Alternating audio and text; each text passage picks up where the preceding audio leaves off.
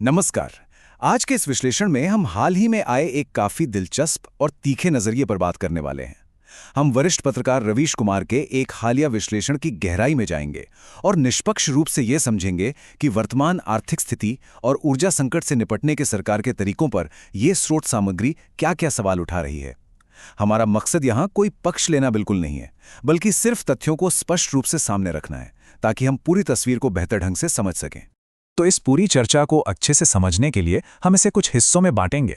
हम देखेंगे कि हालिया संकट और नई अपीलें क्या हैं, कथनी और करनी में क्या फर्क बताया गया है, इसका सीधा आर्थिक असर क्या हो सकता है, किन चेतावनियों को नज़रअंदाज किया गया और बाकी दुनिया ने ऐसे संकट का सामना कैसे किया। चलिए सबसे पहले बात करते हैं इन नई अपीलों और हालिया संकट की। इस रिपोर्ट में एक बहुत ही दिलचस्प शिफ्ट पर गौर किया गया है कि कैसे आधिकारिक संदेश अचानक से चुनावी प्रचार से हटकर रातों रात जनता से भारी आर्थिक त्याग करने की मांग में बदल गए। इस पूरी चर्चा का जो केंद्र है वो दरअसल प्रधानमंत्री का 10 मई का हैदराबाद का एक भाषण है।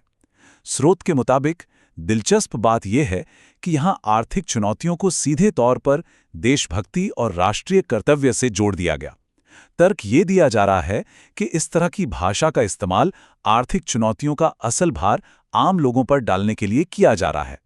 और अगर हम नागरिकों से की गई इन अपीलों की लिस्ट देखें तो ये काफी लंबी है। मतलब 1 साल तक सोना ना खरीदना, शादियों के लिए विदेश यात्रा से बचना, पेट्रोल डीजल बचाना, वर्क फ्रॉम होम करना और यहां तक के खाने के तेल का इस्तेमाल कम करना।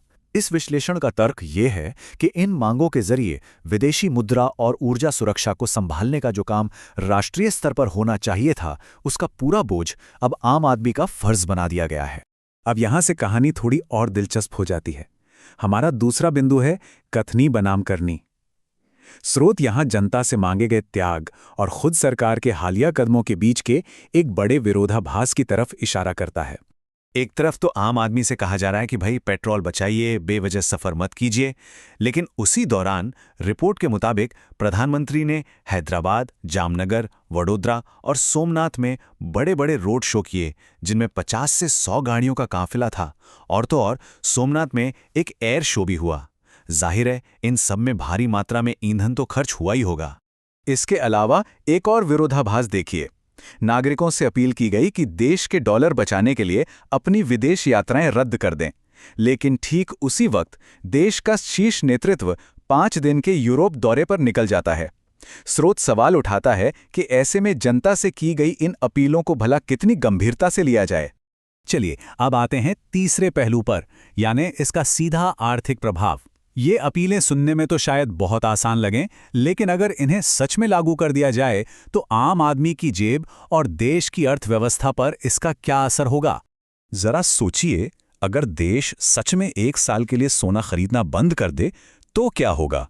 विश्लेषण चेतावनी देता है कि इसके नतीजे काफी भयंकर हो सकते हैं, क्योंकि जो स्वर्ण क्षेत्र है ना, वो हमारी जीडीपी में पूरे 7% और देश के कुल निर्यात में 10 से 12% का भारी भरकम योगदान देता है।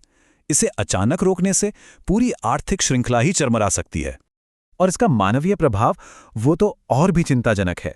मुख्य रूप से ओडिशा और बंगाल से आने वाले लगभग 50 लाख कारीगर परिवार अपनी आजीविका के लिए पूरी तरह से सिर्फ इसी व्यापार पर निर्भर हैं। इस एक मांग के कारण वे सब अचानक बेरोजगार हो जाएंगे, और इसकी भरपाई कैसी होगी ये किसी को नहीं पता। ईंधन के क्षेत्र में भी आंकड़े कुछ ऐसा ही इशारा कर रहे हैं। इस विश्लेषण में बताया गया है कि चुनाव के मौसम में कीमतों को बढ़ने से रोकने के लिए तेल कंपनियां रोज लगभग 1700 करोड़ रुपए का भारी घाटा सह रही थी। पेट्रोल पर प्रति लीटर 24 रुपए और डीजल पर 30 रुपए का नुकसान। जाहिर है चुनाव के बाद ये एक ऐसा दबाव है जो आम जनता पर ही फूटना है। और इन अपीलों के बीच स्रोत ने नए लेबर कोड्स के लागू होने पर भी सवाल उठाए हैं। मजदूर यूनियनों की माने तो इस आर्थिक दबाव के समय में इन नियमों के आने से काम करने वालों की टेक होम सैलरी घट सकती है। सबसे बड़ी बात, कारखानों के लिए अब बिना सरकारी इजाजत के 300 तक कर्मचारियों को निकालना आसान हो गया है, जिससे रोजगार की सुरक्षा पूरी तरह खतरे में आ गई है। चलिए अब अपने चौथे बिंदु की तरफ बढ़ते हैं। स्रोत के अनुसार क्या इस संकट को पहले से भांपा जा सकता था? आइए उन चेतावनियों की अनदेखी की टाइमलाइन देखते हैं। ये टाइमलाइन दिखाती है कि कैसे मार्च में ही विपक्ष ने पश्चिम एशिया के तनावों को देखकर आर्थिक तूफान की चेतावनी दे दी थी। लेकिन अप्रैल में सरकार ने आश्वस्त किया कि गैस आपूर्ति बिल्कुल ठीक है। और फिर 10 मई को चुनाव का एक बड़ा हिस्सा खत्म होते ही अचानक से जनता से भारी त्याग करने की अपील कर दी गई।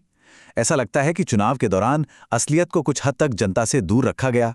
हमारी बुनियादी तैयारी कितनी थी, इसे समझने के लिए स्रोत ने ब्लूमबर्ग की एक रिपोर्ट का हवाला दिया है। जहां चीन के पास 1.25 अरब बैरल का विशाल सामरिक तेल भंडार था, वहीं भारत के पास सिर्फ 21 लाख बैरल। ये भारी अंतर साफ दिखाता है कि अचानक आए संकट से निपटने के लिए हमारे पास कोई मजबूत बैकअप या ठोस सुरक्षा कवच नहीं था। तो फिर बाकी दुनिया ने क्या किया?